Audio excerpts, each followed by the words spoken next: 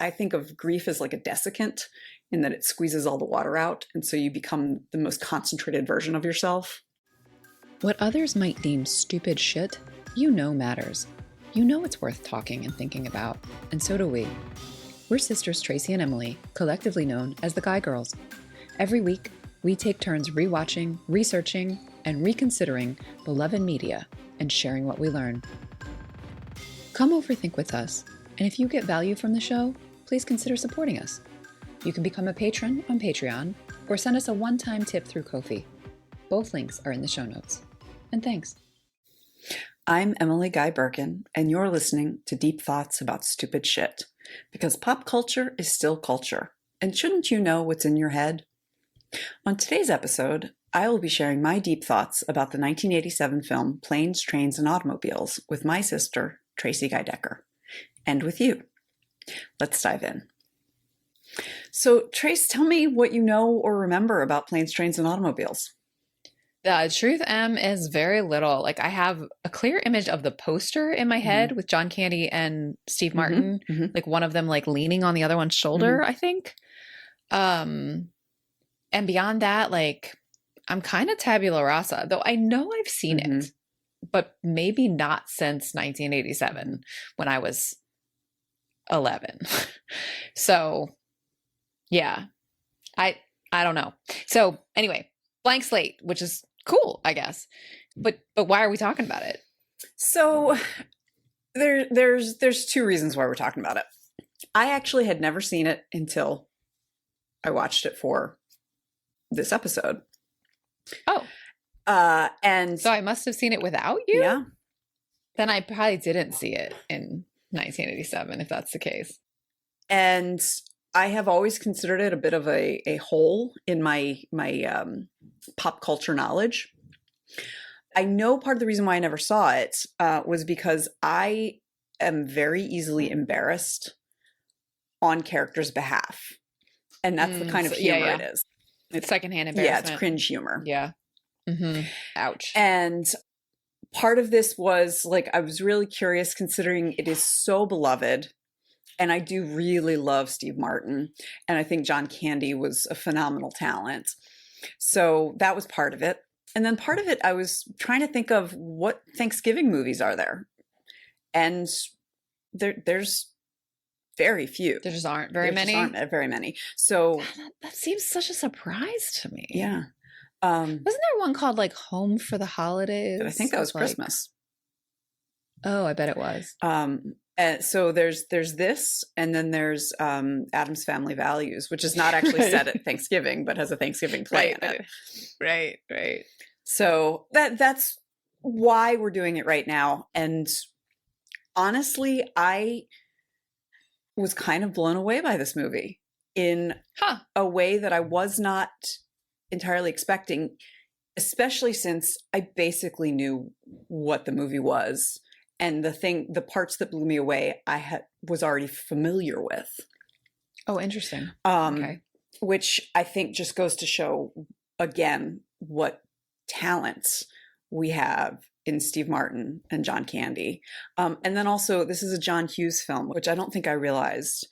Yeah, I didn't know that. And John Hughes was so influential in, my pop culture education and just, in the 80s and 90s, that it kind of, once I realized, oh, this is John Hughes. And in a lot of ways it fits in the realm of John Hughes that it's funny. It jives with his other work.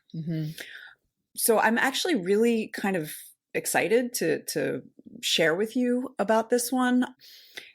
I was kind of a tabula rasa as well. Well, not kind of. I was completely tabula rasa. I mean, I was aware of aspects of the film, but hadn't seen it.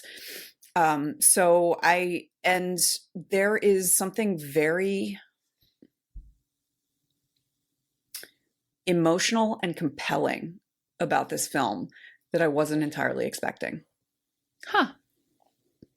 Okay. Cool.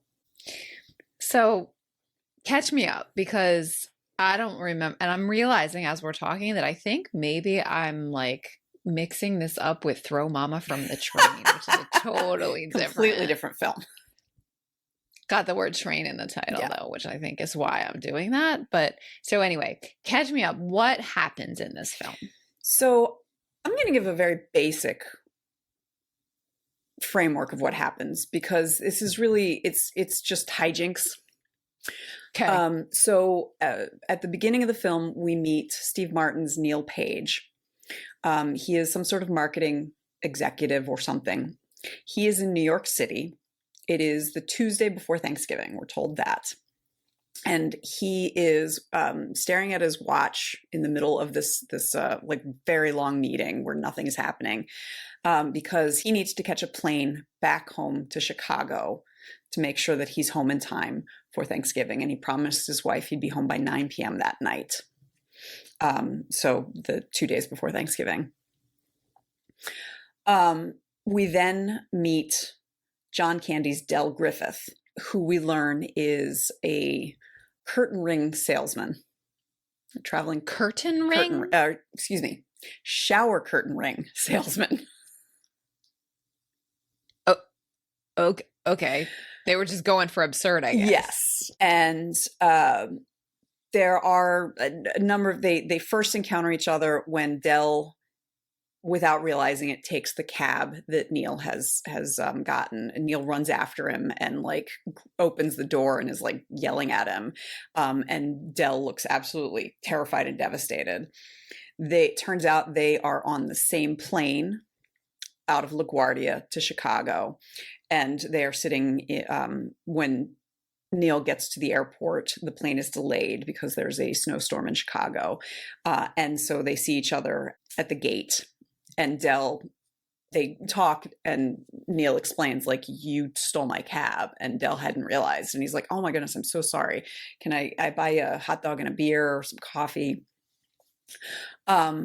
Once on the plane, Neil's seat assignment has been changed from first class to coach, and he is seated next to Del. Because of the snowstorm in Chicago, the plane is rerouted to Wichita, Kansas. In Wichita, Del, who seems to travel a lot more than Neil, says, like, you're not going to be able to get a hotel. There's not going to be any flights out tonight. I already called someone, a buddy of mine. I sold him shower curtain rings. He'll be able to get you a room. So they end up going together to this like very cheap motel. And it turns out there's only one room left, and we get there's only one bed trope. I was just going to say that. Okay. It's very different from what you see in fan fiction. So they end up spending the night together. Del is like very much of a slob. He turned on the magic fingers, and like he had some beer on the bed, and it shook the beer until the point where it exploded and like got beer all over Neil's side. Once they're in bed, Del is like clearing his throat and trying to clear his sinuses, and it's really gross. And Neil has been like just fuming this entire time. He finds him so annoying, and he finally gets out of bed and like starts shouting at Del. And it starts off funny, but the longer it goes on, it becomes crueler and crueler. And John Candy's performance is amazing, because like you see just his indignation, resignation, hurt in his eyes. And then once Neil is done, Del says to him, like, you want to make fun of me? Go right ahead. I know I can be ridiculous. I know I talk a lot, but I like me. My wife likes me. I'm comfortable with who I am. So go right ahead. Take your shots if that's what's going to make you feel better. And spend the night in the lobby, whatever. And then he goes back to bed, and Neil, very ashamed of himself, goes back to bed as well. They wake up snuggled up together, and then immediately like jump out of bed and like, how about them bears? Right. Which is one of the moments I want to talk to you about. While they were sleeping, a thief broke into their room and stole all the money out of their wallets. Oh no. So Dell says there's not gonna be a flight out of Wichita to Chicago because of like so much traveling and all of that. Let's go by train. They end up getting to the train. Neil basically he buys tickets for both of them because neither of them have any cash, but Neil has credit cards. Dell does not. So he buys them both tickets. He claims that they couldn't get two seats together, and then like they separate there. The train breaks down in Jefferson City, Missouri, in the middle of a field, and so they have to walk to the next place, the like next town, where he and Dell end up taking a bus.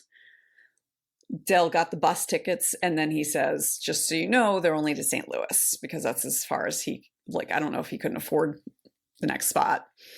So they end up in St. Louis, where Dell, you see him at work selling these, selling his samples of the shower curtain rings, claiming that they're jewelry from China, that they're like just sort of conning people, but at the same time, like, it's also just like, come with me on this fun and like, you know, and he's selling them for like $5, and like, and it's not a whole lot of money, although $5.87 was different. So he ends up getting $100 in cash by doing that. And they go to get something to eat. At that point, Neil says, look, we put our heads together and we've gotten nowhere. I think we'll be better off separating. And this is the point at which Neil talks about how he travels too much. He misses his family. He's got a wife and 3 young kids. And he's talking about how because it's the Wednesday before Thanksgiving, he missed his daughter's Thanksgiving pageant. And he's really sad about having missed that. And Dell says something about like, yeah, I haven't been home in years. And Neil goes, haven't been home in years? What are you talking about? He's like, oh, it's just a figure of speech. I'm just on the road so much. So Dell is clearly hurt that Neil wants to separate, but he agrees to it. Neil goes to, they're at the St. Louis airport at this point. He goes to rent a car. And it's one of those where the rental desk is in the airport, and then you take a bus all the way over to get the car. The bus drops him off, says, yeah, you want a space, whatever. It's going to be a white Lincoln Continental. And he gets the space, and there's no car there. And the bus is gone. Oy. So he has to walk 3 miles back to the airport. Oy. And it's like airport. So it's like on highways and berms and stuff like that. And he gets there and has an epic meltdown. And this is the reason the movie is rated R. It's a 60-second long meltdown. He uses the F word 19 times. In a minute. This is why Gen X curses so much. And actually, apparently this scene is why Steve Martin took the role. And the agent at the counter, who's played by Edie McClurg, who was the secretary in Ferris Bueller. Oh yeah, he's a real righteous dude. Yeah. She's already like, I'm not appreciating how you're talking to me, sir. And he's like just really unleashing on her. And then she's like, fine, may I see your rental agreement? And he goes, I threw it away. And she goes, you're fucked. In her little Edie McClurg voice. So we see Dell goes out to the arrivals area where there's taxis. And he's like, I'm trying to get a taxi to Chicago. And the guy who's wrangling them is like, you know, a plane will be faster.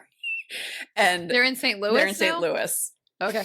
And so Neil is like, he's still so frustrated, and he unleashes on this guy who hits him. Neil falls onto the road and is nearly run over, but the car stops just in time, and it's Dell in his rental car. So Neil ends up joining Dell in the rental car. There is more like chatting and stuff like that back and forth. They take turns driving. And while Dell is driving, Neil goes to sleep. He says, I'm putting my wallet in the glove box, so let me forget. Neil goes to sleep, and Dell is smoking a cigarette and like just jamming to Messing Around by Ray Charles, which I'm like, Dell has excellent taste in music. This is well worth jamming to. But he's like air saxophone and air piano and like singing with his eyes closed. With a cigarette in his hand and like driving all over the highway. Song ends, he flicks the cigarette out, and it doesn't go out the window. It comes right back in and lands in the back seat. And then he realizes by all of his dancing, he's gotten his parka stuck on like gears in the car, and he's trying to take the parka off, and then his arms get stuck. And long story short, he ends up like going down an exit and like barely controlling the car.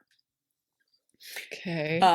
And which wakes Neil up, and Dell says, we almost hit a deer. So Dell turns around, and because he's so distracted by everything that's happened, he doesn't realize he goes back down the exit he came up. So he is now going the wrong way on the highway. Okay. And it's empty. There is a car going the correct direction, so going the same way as they are, that is like pacing with them, window down, like, you're going the wrong way. And Dell's like, you don't know where I'm going. Like, how do you know this is the wrong way? And then there's... Is he in reverse? No. So they're on the other side of the highway. Yeah. And so they're going... Oh, and so the guy's on the other side of a median? Yes, or the other side of like a divider? Yeah, or a divider. I see. Okay. And so as they're driving, like, suddenly we see there's two semi trucks coming straight for them, and they're in the middle of the road.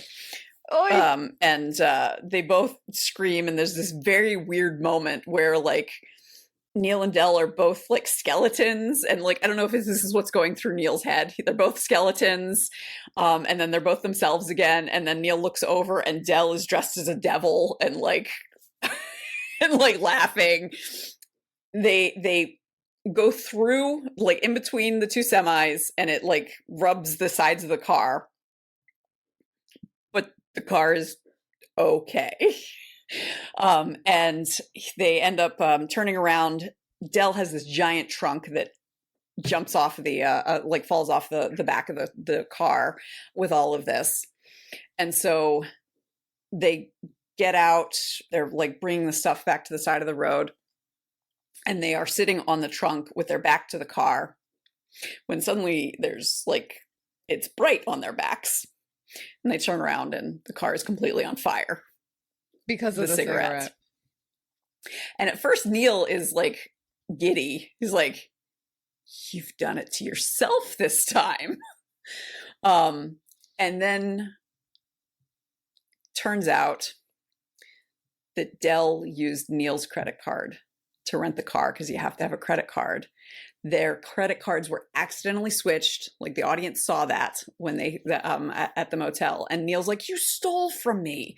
And Dell's like, no, I didn't even think about it. I didn't realize it was there till I was going to rent the car. And then I realized I couldn't rent a car without a credit card. And I had your credit card. And so, cause he has it's a discount card that looks the same.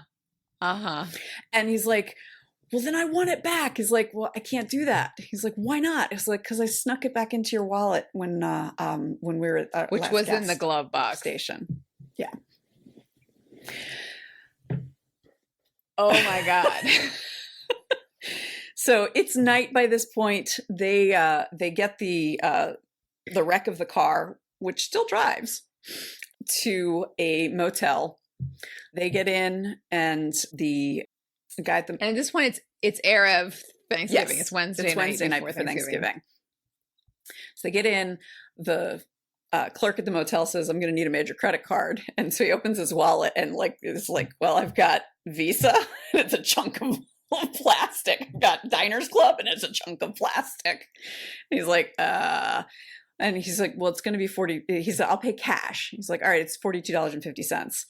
And he's like, all the cash he has, because everything else was stolen. So whatever, like the thief didn't get, he's like, How about $17? He's like, I don't own this place. I can't do that. And so Neil says, like, what about a very nice watch? $17 and a very nice watch. And so he gives that, and the guy gives him a room. So Neil goes to the room, like just completely ignoring Del.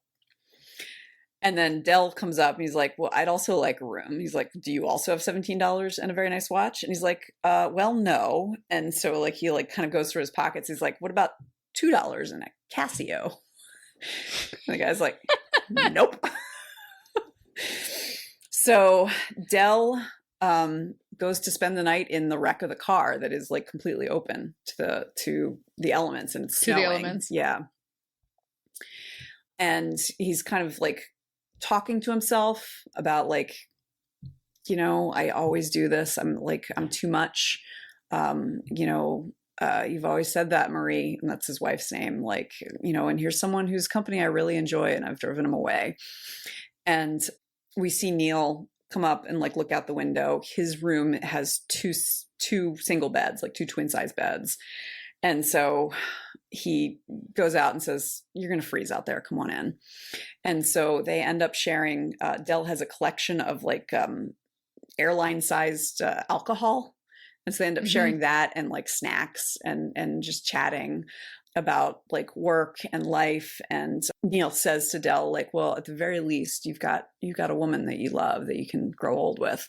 And he says, you do love her, right? And Del says, love isn't a big enough word. They go to sleep. The next morning, they end up accidentally crashing the car into the side of the motel and destroying something. And then like Neil's like, just go, pull out. So like, and they don't have a credit card. So whoops. They're then pulled over by a state trooper in, I believe, in Illinois. I think they've gotten to Illinois at this point. Who, it is a hilarious scene where he's like, "Do you have any idea how fast you're going?" And Del's driving. He's like, "Well, I can't say with any accuracy because you see, the gauges have melted, including the speedometer." So the police impound the car, and Del finds a semi-truck driver, and this is Thanksgiving morning, finds a semi-truck driver who is heading north. He's in a semi-truck that's for Ashkenagan, like as in Oshkosh, not Ashkenazi, Ashkenagan dairy, which I'm like, that really sounds like it could be a Wisconsin dairy. It is not, but you can buy Ashkenagan dairy shirts. You looked it up. We looked it up, yeah. But the driver doesn't want them in the cab with them, so they're in the back in the refrigerated part with the cheese. Do they smell bad or something? Why doesn't he want them in the... all Del says is like, he's a little bit freaky about who shares his cab with him. Like, we don't really get a reason for it. This is kind of, just like a final indignity. We just need a reason. Yeah. Mm-hmm. Because it's just because reasons. Because reasons. And then it's also like early on, one of the setups was Neil forgot his gloves in the office, and he had a friend who's also from Chicago who was taking a later plane. He's like, I don't have time to go get my gloves. Do you mind grabbing them and I'll get them back from you in Chicago? It's not like I'm going to need them. I'm going to be in the cab and then in the airport and then I'm home. Yeah. So that's part of it too, is like he's been cold this whole time. So they get to Chicago. They're at an L station. And Neil says to Del, like, well, you promised me you'd get me home, because he did. And you did it. And I appreciate it. And you're a very unique individual. And like, it was a warm goodbye, but no sense of how to get in touch with each other again or anything like that. Neil shakes Del's hand and gets on the train. And as he's riding off, he's thinking back over like the past 2.5 days, thinking about like some of the strange things that Del had said that don't really add up. And so he takes the train back and finds Del just in the waiting area of the L train station. And he says, "What are you doing here? Aren't you supposed to go home?" And Del says, "I don't have a home. Marie died 8 years ago." Oh, wow. And Neil brings Del home with him. introduces him to his parents and in-laws, his wife and his 3 kids, as like, this is my good friend Dell. And that's where the film ends, with Dell smiling at the family. Okay. So I want to start with what blew me away about this. Great. So Dell is a outrageous character. Like, he's a slob. He does talk too much. He's annoying. But John Candy plays him with such dignity and pathos and empathy that it's very easy to forgive his over the top way that he acts. And in fact, when he's talking to himself in the car, he basically, and I can't remember if he uses these words, but he basically is like, I'm trying too hard. And it feels very real and very human. Now, it's like, it's times 11 because it's a movie. Right. But Dell feels like a real person. And he has friends all over the place. So he has that friend at the motel. The taxi that takes him to the motel is like very weird. And the guy takes him the scenic route because he wants to show off Wichita because Neil's never been there. And Dell says, like, no, it's wonderful that he's proud of his home. Like, that's very rare these days. So, and one of the things that he says to Neil when Neil is so cruel to him in the motel is like, like, I try to be kind to people. I try not to hurt people's feelings. And it's really clear that that is who he is and what he's trying to do. And he overcompensates with his big personality. But again, it feels realistic in a way I wasn't expecting from a like oil and water buddy comedy. Right. And especially like sort of a hijinks, absurd, farcical. Yes. One. Yeah. Yeah. And I really honestly was not expecting the level of like dignity is the only word I can think of, like that he carries himself with as this unrepentant slob.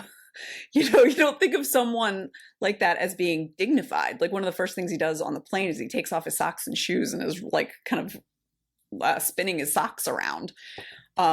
Which is like the opposite of dignified, and it's supposed to be gross, which is that's something I'm going to get into. But it also, when we first see Dell, when Neil opens the cab and shouts at him, he looks so scared. And there's something so sweet and emotional about this character. Like, you imagine that Dell is the same as he was when he was 11 years old. And then add in the fact, the reveal that when he says, I don't have a home, my assumption is that he travels for work. And so he just doesn't have a home base anymore. He no longer has the house wherever he lived with his wife. People say he's homeless. I'm like, no, clearly he's not unhoused in that way, but he doesn't have roots. And so when you learn that he's lost his wife and he doesn't have roots in that way, it also clarifies like this over the top behavior as well, because it makes it clearer that this is someone who is deeply grieving, deeply lonely. And so I think of grief as like a desiccant, in that it squeezes all the water out. And so you become the most concentrated version of yourself. And so like that clarifies a lot of things about this character. Why was he going to Chicago then? It's never explained. My expectation, my assumption is that was just the next stop on his business travels. It was the next place he was going to be selling. I see. And like one of the minor annoyances for Neil throughout is the giant trunk that Dell is carrying everywhere. Which again, like the context is like, oh, he carries everything he owns with him. Yeah. Okay. And that was like, I was not expecting it to be so powerful. And I really I spent a lot of time thinking about it, and I woke up this morning thinking about it again. Oh, Like interesting. that character, which in part was John Hughes, like having written this story. And apparently John Hughes wrote the story based on, there was a time when he was working in marketing and he was trying to fly home to Chicago, and the exact same the thing happened where he flew from it was supposed to be fly from New York to Chicago. A blizzard had them rerouted to Wichita, and it took him 5 days to get home. And he thought that would make an interesting concept. It was like, that is a very interesting concept. And then giving it the ticking clock of like wanting to get home in time for this important holiday. Mm-hmm. So some of this is John Hughes's writing, but I think the vast majority of it is John Candy. And part of why I was thinking about it last night and when I woke up this morning was the fact that we lost John Candy when he was 43 years old. And I didn't realize he was so young. Yeah. Which again, I didn't, because he was an adult. I was an early teenager, because he was about the same age as our parents. He was born in 1950. Mm. So that's younger than I am now. So some of my rumination on this, that makes it sound negative. Some of my like consistent thinking on this, like coming back to it again and again, is just realizing what a talent we lost. And yeah, I don't think of him as a nuanced actor. Yeah. And this movie, I don't think would have worked if we hadn't had that underlying dignity and pathos. Yeah, if there were no pathos, it would be from what you've described, it would be unwatchable if Del didn't have pathos. Mm-hmm, mm-hmm. And there are plenty of comedians who would have played it that broad. And again, like John Hughes wrote that speech, that amazing, wonderful, lovely speech, whereas like, you want to make fun of me, go ahead. But John Candy is the one who made me believe it. Right. Mm-hmm. So that's something I really want to hold up and say, like, there's a reason why this movie is beloved. There's a reason why this movie has just remained on people's favorite lists of favorites, and that sort of thing. And then I think it's also, the other thing that is really fascinating about it is Neil's character arc. The film in a lot of ways is about class, because Neil is clearly very wealthy. I think I texted you yesterday and I was like, it is kind of surprising how handsome Steve Martin looks in this, just because I don't think of him that way. There's a person on Twitter that I follow. His name is Derek Guy.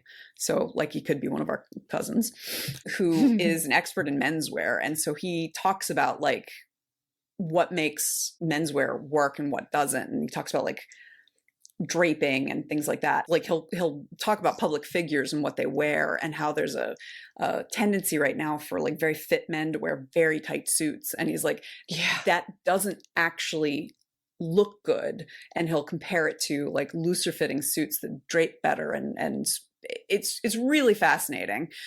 And I was thinking about that as I was watching, because part of why Steve Martin looked so damn good is because of how well they dressed him, even though it's a late 1980s suit. So it is kind of out of date. Right.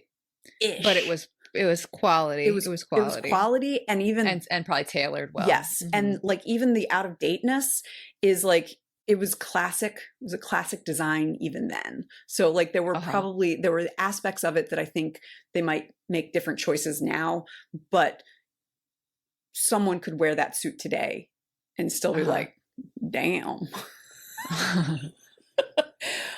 And so that's an aspect of it. And I recognize the clothing aspect of it in part because I've been following that person on Twitter.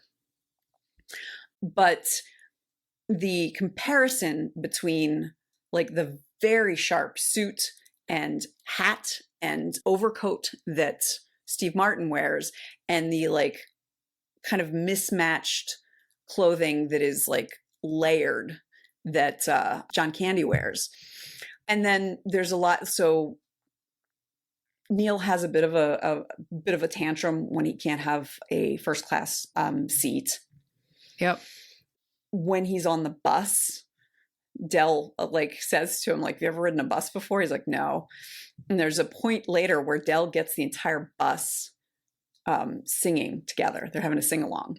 And Del says to Neil, like, come on, you should start one. And like, to his credit, Neil tries, but he starts singing a Frank Sinatra song I'd never heard of. And because nobody knows it's a comedy, like everybody turns and stares at him, like, which is not what would happen. It would just be crickets. But so he stops, and then Del starts with Meet the Flintstones, which everybody sings. So there's these really interesting class markers that helps us see like how snobbish Neil is. Like he definitely is judging Del because of the aspects of his life that are so different from Neil's. And he is in this class where like he can pay to avoid annoyances, and he's not able to throughout this entire film. And his like character arc is about like recognizing how unfair he is and finding like the commonality with Del and learning the empathy that Del just has. Again, like that's also really, really well done. And Steve Martin is a phenomenal comic actor, and he's the straight man in this. So it like, kudos. It's amazing. There are some things that I'm hoping to kind of talk through with you to kind of get to where, like, it's not that I think that they are done poorly or not okay. It's just I'm not sure how I feel about them. And one of them is like the potential for homophobia. So there's the only one bed thing. And they get into the room, they're like, what? And it's a small double bed. Like it's John Candy was 6'1", and it seems like it would be a tight fit for him by himself. And so they're looking at it and they're very, very uncomfortable. And it's not like, it's discomfort of like sharing a bed with a stranger. Yeah. And then they're like putting their stuff down, and Del says, "Do you want to take a shower?" And Neil goes, "No." And the timing is such that I laughed because Del is like, "No. Do you want to take the first shower?" But you know, there's that in there, that sense of like the discomfort with it. But at the same time, they're strangers. And then one of the biggest reasons I never saw this movie was when they wake up in the morning snuggling. And this was in the trailers. I saw it. It's a famous moment. They are spooning. Del is the big spoon, and holding hands. And Del says, "Why are you holding my hand?" And then Neil says, "Where's your other hand?" And Del says, "Between two pillows." And Neil says, "Those aren't pillows." And they both jump out of the bed.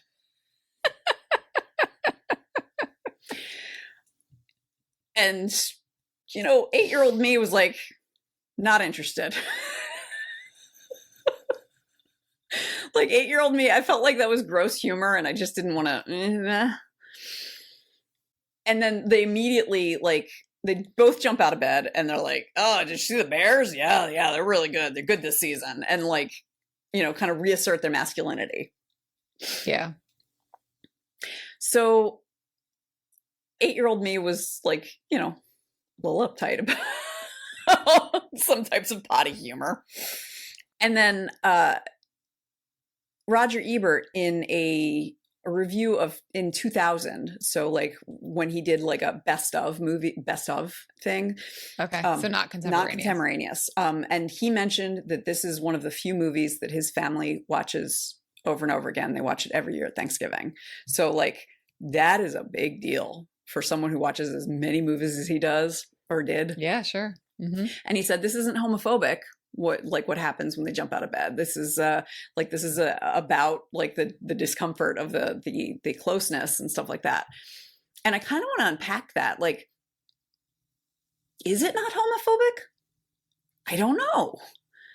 Because the situation is such that they're strangers forced into close proximity and intimacy. But they immediately go with like, how about them bears? It's an interesting question. So, okay, so here's a thought experiment. What if this had been a story and Dell had been a woman?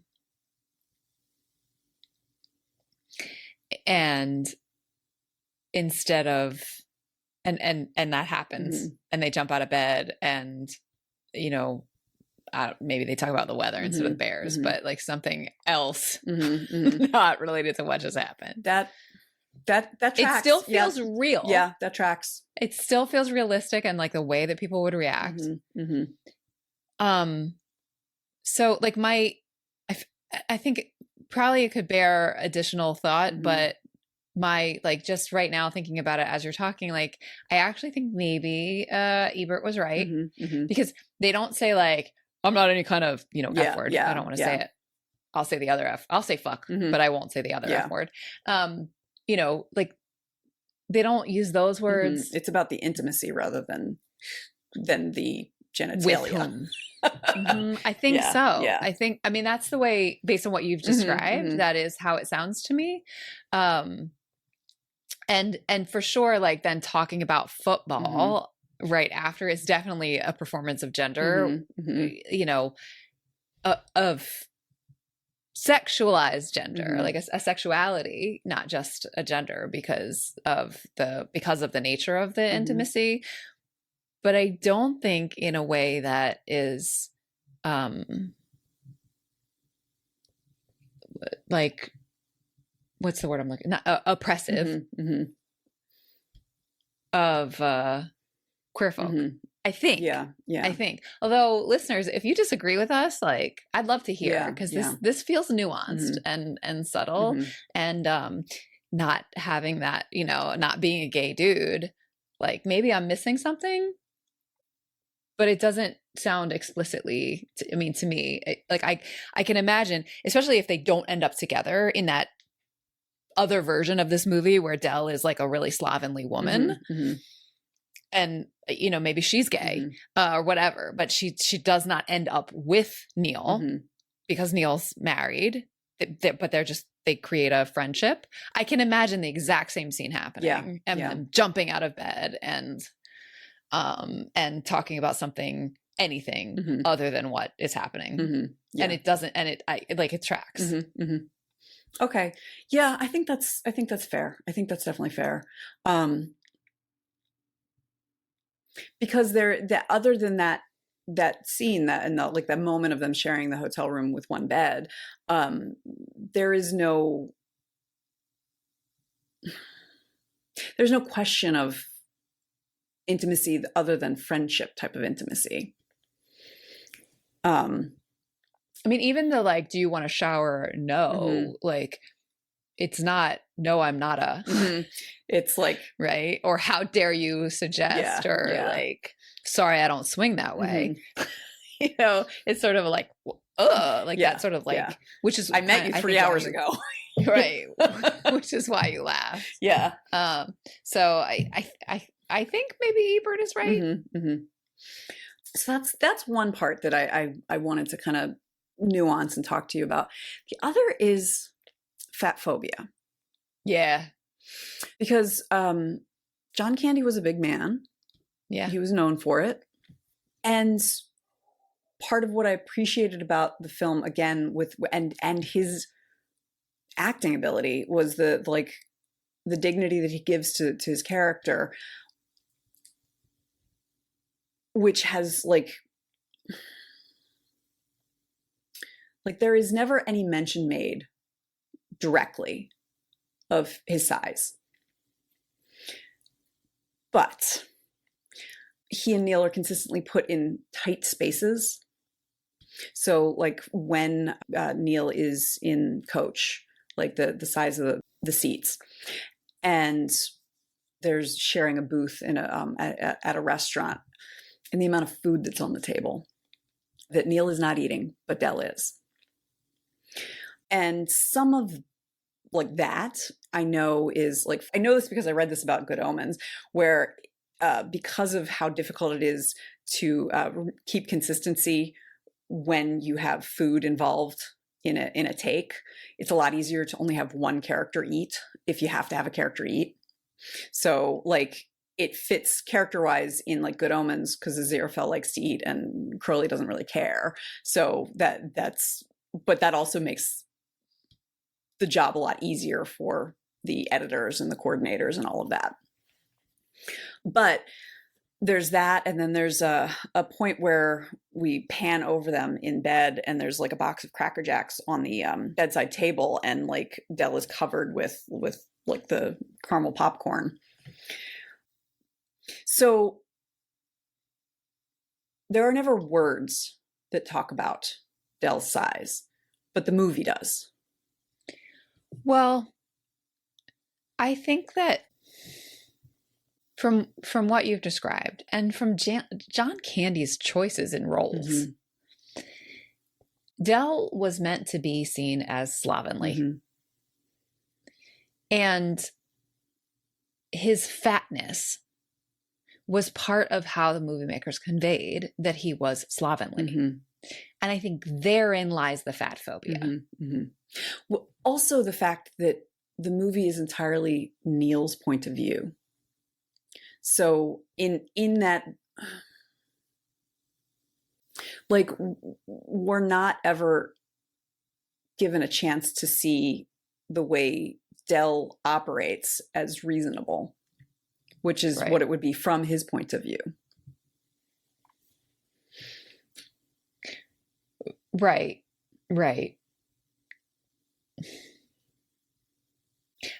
Yeah. All of these things add, it's a constellation mm-hmm. though, right? Like Del is low class, over the top, absurd, slovenly, and fat. Mm-hmm. And in that character, all of those things go together. And those are all things that are used to signify to us, the viewer, mm-hmm. that he is, that at least on some measure, less than mm-hmm. Neil. Mm-hmm. And like part of the story arc is for Neil to see that that's false, but it's completely unquestioned mm-hmm. that we would trade in the fatness as part of that constellation of less than. Yeah. And slovenly, like they can convey that he's slovenly without the lumpy clothes just because he's fat. Mm-hmm. I think that is like a part of it. And you're right that like not showing his POV like only exacerbates the fact that we then just see this as ridiculous mm-hmm. and irrational and unreasonable.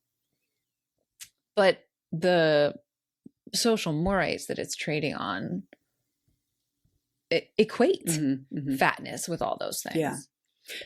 And particularly in my mind, for my money, particularly fatness and slovenliness, mm-hmm. slobby, mm-hmm. like being a slob, like he didn't have to eat ever. Just the fact that they put a fat bodied man mm-hmm. in that role, like we as the audience have been taught that equals slovenly. Well, and gross. Like, because yes. that's the other thing that I was thinking about is like when he takes off his Although I gotta say, feet are gross.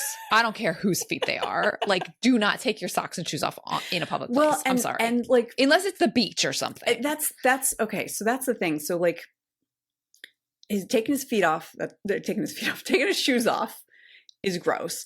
And then like the way that he's like clearing his throat and like snorting sinuses and stuff, it's really nasty. And those are literally gross and would be even if like a Steve Martin were doing it or like a any kind of thin-bodied attractive person. Right. But they give it to Del to right. So like true. That's true. Yeah. So it's this equation of fatness equals gross. Yep. And like, yeah. the movie sort of like, it doesn't redeem itself, but like the dignity that I was talking about allows us to see, like, you know, he's a human with a body like all of us, and all of our bodies are disgusting.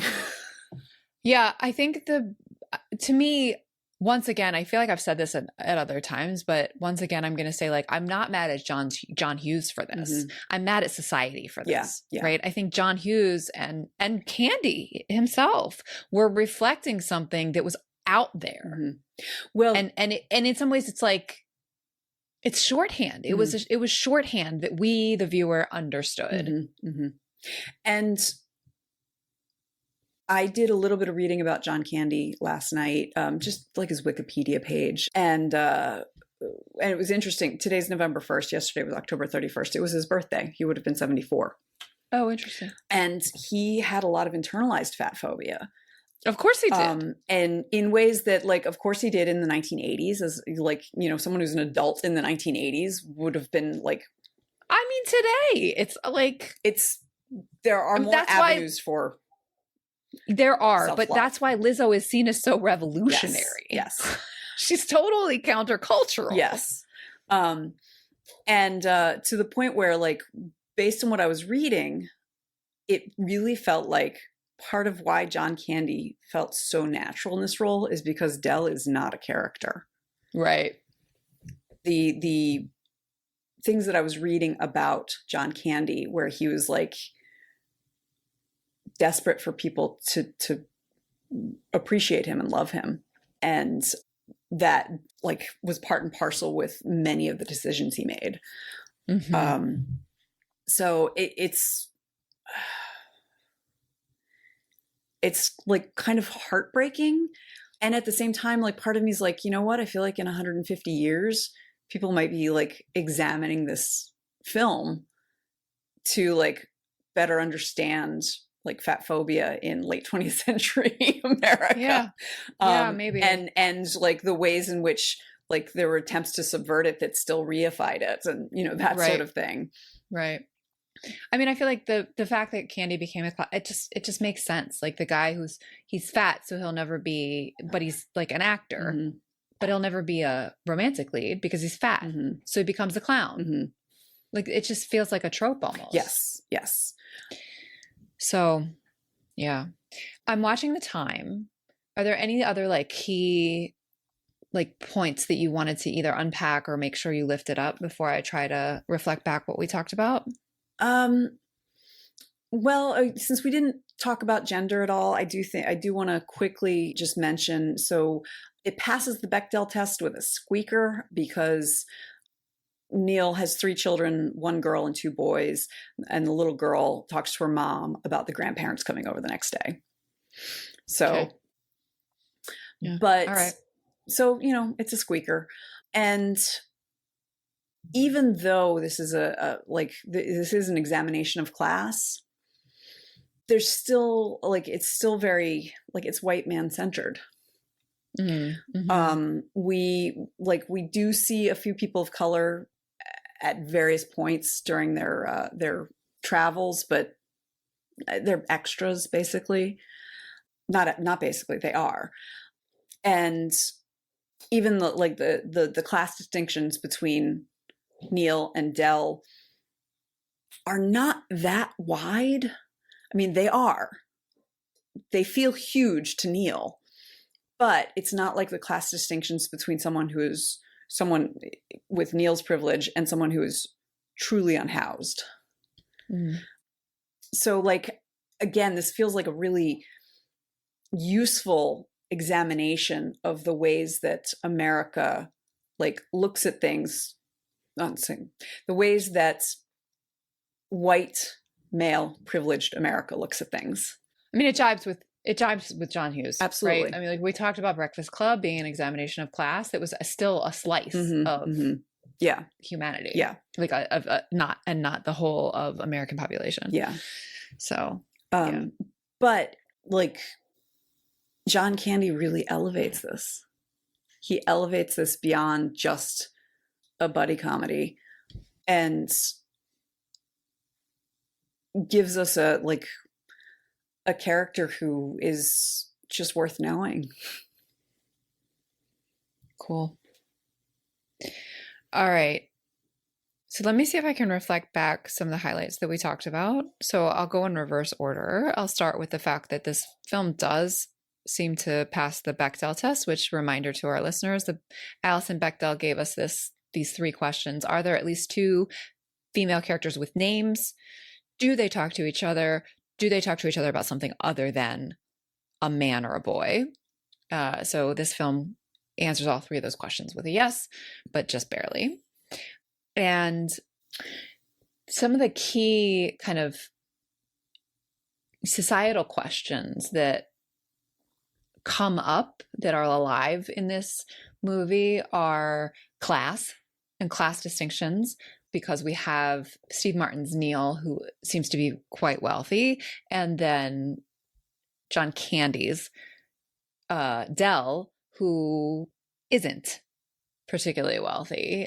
So a marketing executive of some kind and a shower curtain ring salesman, I guess. I'm making a shrug emoji. I'm making a shrug. I'm shrugging. One of the things you led with the fact that this film really pleasantly surprised you with the depth of humanity, dignity, and pathos that it affords Dell. And I think you smartly named that this is in part because of John Waters, not John Waters. Different John, very different John. John Hughes' writing, but very much because of John Candy's performance, which I think is really worth noting. And one of the things that we actually kind of ended on is the fact that maybe that's because it wasn't as much of a performance for John Candy, that there was a lot of himself in it. And so that's why it read as so real, because maybe it was not that far off from him, from his actual existence. And part of that too, that you were pointing to, that is alive in this film, is fatphobia, and the way in which it was, we think, maybe internalized for John Candy, this talented actor who would never be the romantic lead because he had a fat body, and so therefore he became a clown. And we talked about the fat phobia, which in the dialogue, if you just read a transcript of the film, of what is spoken, you would not say there's particularly any fat phobia to it. But in the way that Dell is portrayed, in particular, sort of the constellation of being slovenly and disgusting and sort of absurd and also fat, the film reifies those equivalencies as a part of the fat phobia that's just baked in to American society, especially in the late 20th century. But definitely until today. One of the things that the way that I named it is that I'm not mad at John Hughes. I'm mad at society for this one.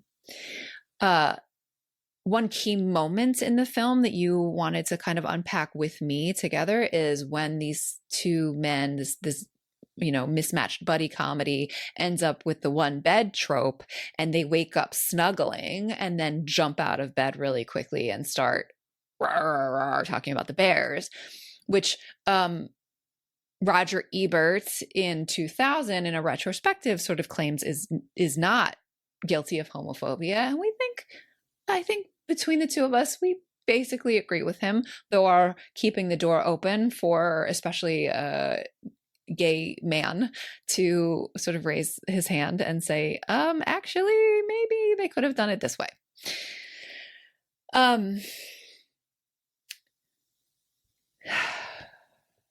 One of the things that is interesting about this film is that it's one of very few Thanksgiving themed films.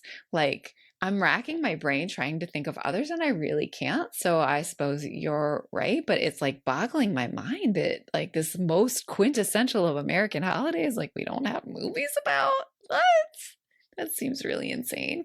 But I guess it's just close enough to Christmas that's where we all go. I mean, they have whole channels dedicated to Christmas movies, so Thanksgiving gets a little bit of short shrift.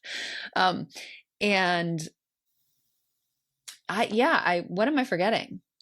So questions of like how privilege operates. And so the fact that Neil thinks of inconveniences as something he can buy his way out of. Mm-hmm. And how he's very self-contained in a way that is not necessarily healthy, because the way that Del operates is he's got buddies everywhere, or he can sweet talk people, or, you know, and it's not just sweet, like you believe that he likes getting to know people. Whereas like Neil he just wants to spend money so he can get through the thing and be done and move on, and not recognize like the benefit of connection with other people, and how that actually can be a better way, or at least a valid way of operating, rather than just using money to solve problems. Right. Everything is a transaction for Neil, whereas everything is an opportunity for growth or potential connection for Del. Oh, there's one thing I wanted to re-lift up, which is the fact that Del is in grief, is a grieving person, that he lost his wife, about whom he said love is not big enough a word, 8 years ago. And something that you said when you were sharing that is that you think about grief like a desiccant, and it sort of turns you into a more concentrated version of yourself, which I think is a beautiful metaphor. So thank you for that. And you named that sort of that knowledge is part of what makes Del, despite his absurdness and his sort of over the topness, believable. The fact that he is, you know, lonely and still grieving his deceased wife is part of what makes his absurdity actually believable. And so I wanted to lift that back up, both for the beautiful metaphor and also for the storytelling piece of it, right? Because you have this farce that part of what was so surprising to you about this farce, this just hijinks movie, was how real the absurd character was for you, how human and how real. And I think the grieving part was a piece of that. So I wanted to lift that back up. Cool. Anything else that you want to make sure that we name that I missed? I just want to let listeners know, like, if there are films from the 80s you're afraid you can't go home again, this is not one of them. If you haven't seen it, please do. There's a lot of really lovely aspects of it, and it is laugh out loud funny. Like, I laughed a lot, and just there's also a lot of cameos that I wasn't expecting. Like, there's different actors that I wasn't expecting. So it's just it's 90 minutes of sunshine in a lot of ways, and surprisingly handsome Steve Martin. Oh, that's the thing that I forgot, is that you named that part of how they conveyed his class and his, you know, affluence was through his how they dressed him, how they styled him, which was classic and tailored and quality, and also helped make him all the more appealing visually. All right, cool. Well, I'm gonna have to watch this. Maybe this will be my Thanksgiving viewing this year. So thank you for bringing it to my attention. Of course. Next week we are going to do a bonus episode just for patrons. I am going to bring my deep thoughts about Office Space. Oh, you look like you've got a case of the Mondays. Yeah. If you could just do that TPS report for me, that would be great. All right. Well, looking forward to it. See you then. Do you like stickers? Sure, we all do. If you head over to guygirlsmedia.com/sign-up and share your address with us, we'll send you a sticker. It really is that easy. But don't wait. There's a limited quantity. Thanks for listening. Our theme music is Professor Umlaut by Kevin MacLeod from Incompetech.com. Find full music credits in the show notes. Until next time, remember, pop culture is still culture. And shouldn't you know what's in your head?